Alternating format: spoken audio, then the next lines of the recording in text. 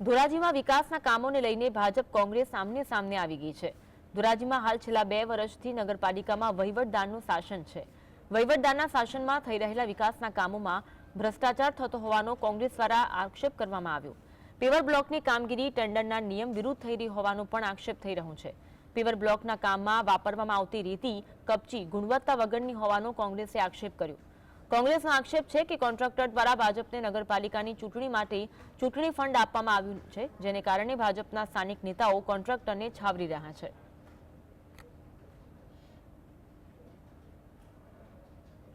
છેલ્લા 2 વર્ષથી વહીવટદારનું શાસન છે અને હાલમાં ફૂટપાથની જે કામગીરી કરવામાં આવી રહી છે એ કામગીરી અત્યંત નબળી અને ગુણવત્તા વગરની કરવામાં આવી રહી છે। ટેન્ડરની શરતો મુજબ કામ કરવામાં આવતું નથી અને આ કોન્ટ્રાક્ટરોને છાવરવામાં આવી રહ્યા છે। અને ત્યારબાદ હાલમાં આ શાસન